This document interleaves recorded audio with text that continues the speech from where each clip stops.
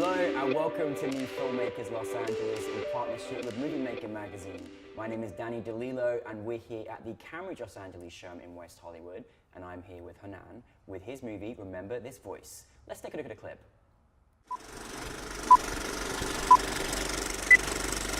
My speaking skills still left something to be desired. Today's top hits, only on QROK. Today's top hits, only on QROK. Today's top hits.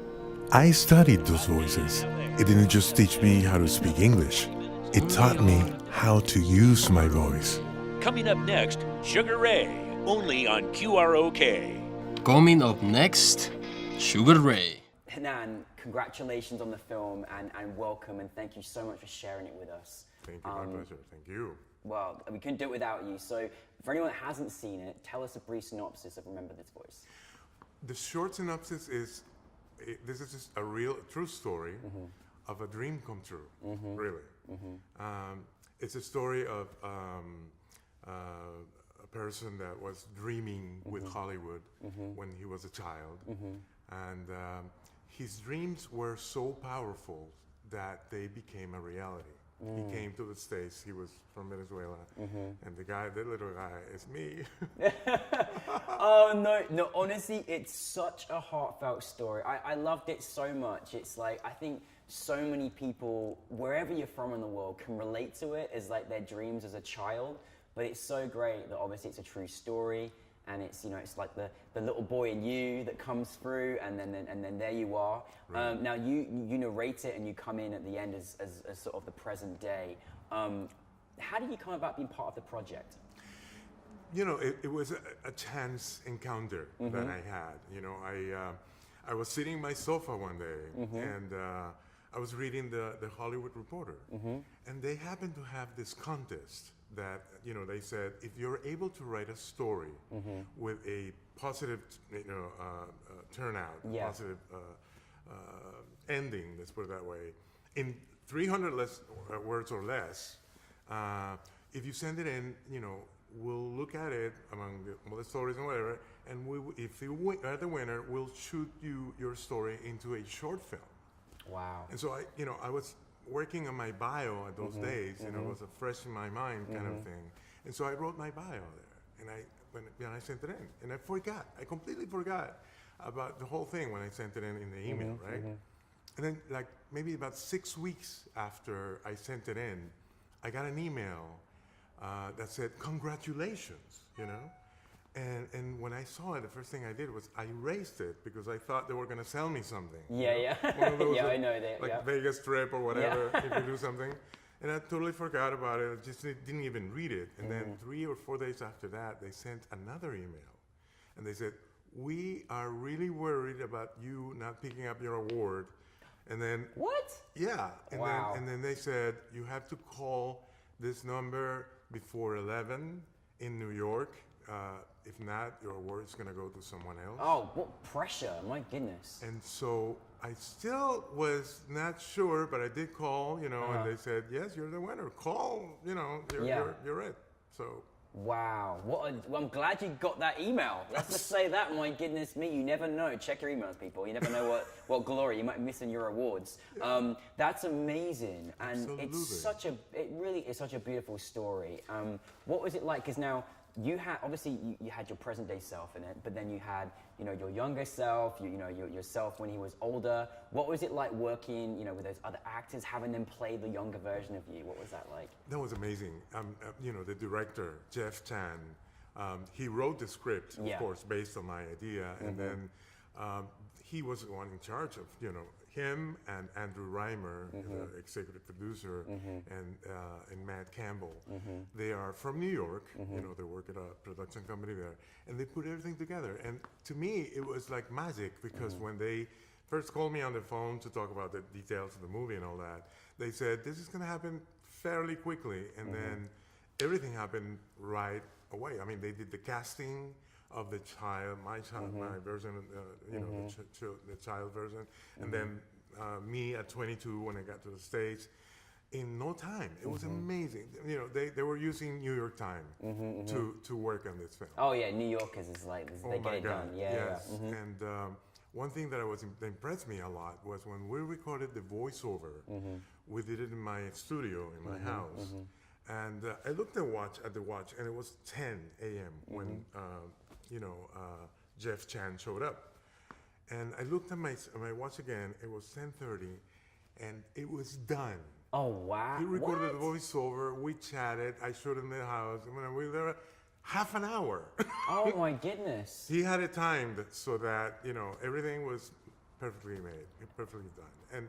And I have to give a shout out to Jeff because he directed the child scene with such touch. Oh, it was beautiful. It was When I beautiful looked to in the watch, eyes of the boy. of the boy, I can see myself That's incredible. in his age, Yeah. looking at the TV, dreaming up worlds, out in Hollywood.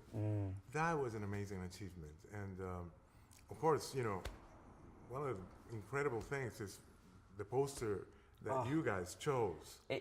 You mentioned the poster which you have, which it's very powerful. Like it really is, and I think again it's so great because you showcase the story where we've all got our younger self still within us, and you made people feel and relate, and it was great to see you as your journey as to your present day, and and just seeing that as well.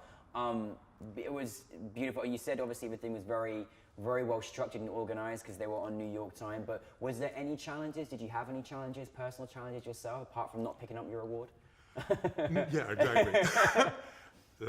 In reality, there were no challenges. Everything went smoothly, That's and great. I was, I was always feeling like I was taking a ride in a jumbo jet or something, Yeah. with these people. And of course, they're shooting your life story. It's Yeah. like, is this happening to me? Somebody pinch me, please. Yeah. It's really hard to believe, and I feel blessed. And you know what? The political climate in this country right now. Yes. I always say it, and it sounds cliche, it's a godsend. This message of the movie is a godsend right now. It really is. I mean, it's so powerful. I was saying to you behind the scenes, now is a very important time to showcase your voice and wherever you're from across the world, and make people feel like your dream can come true. And here's an example of it. Absolutely. And and you may have a fight to get there, but it can happen. Now, it's so incredible because this obviously you were part of this incredible Hollywood Reporter event. You're showcasing your life story. You get to make it and see it in front of an audience. Now, this particular with New Filmmakers LA, we partnered with the Academy of Motion Picture Arts and Sciences. Yes. Held at the Academy, bringing in focus on Latin cinema from here all the way down to Peru. How did it feel to have your film at this particular event? Well, let me tell you, New Filmmakers LA is a miracle for a lot of filmmakers because you guys are doing the work that needs to be done. People need to know all these stories that not many people know about. They don't, sometimes I talk to my friends, my filmmaker friends, and they say, why don't we have your film in a big screen in a movie theater?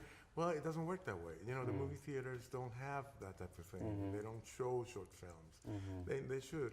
And you guys are doing the right thing, Well, that means an incredible lot to us because again we're trying to showcase people's dreams and put them out there for people to see, and then also when you stand it out to the audience, the audience reaction as well, and for them to go off and go, oh, yeah, maybe I can do it, maybe it's possible, maybe I can go out and make it, because these is a great example of what you did.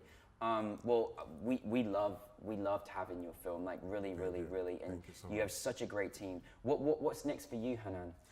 Well, apparently my short film has gotten a little bit of press and Fantastic. is beginning to pick up, in all the festivals. And I'm hoping that we can bring this message to many, many, many people right now because it's most needed. definitely, it is needed. And so, there's a few festivals that we are supposedly scheduled to be on. Yeah. They're reviewing it. I can't say, Yeah. what festivals they are Yeah. because I don't have the confirmation yet. Yeah. But I feel that it's the right time Yeah. for a message like this to be heard, and to be heard high. You know, you have to say Speak through louder. the power, and this is the way to do it. Well, aside from being a fantastic filmmaker, you really are an inspirational person, an example of in your career of doing great things. For anybody out there, filmmakers or people that are wanting to follow in your footsteps, do you have any advice you would give to anyone out there? Again, this might sound cliche, but we all have a dream. You know, when you go to film school is, you know, it's really a community of dreamers. And dreams happen, dreams come true. Never give up on your dreams, because sooner or later, they will come true. I love that, and we got to look after all our dreamers out there and make sure that they realize that they can happen. So, Hernán, we love you. Thank you very much. Thank you. Know, thank you. We can't wait to see much more of your work, and thank you for your great message as well. Thank you so much.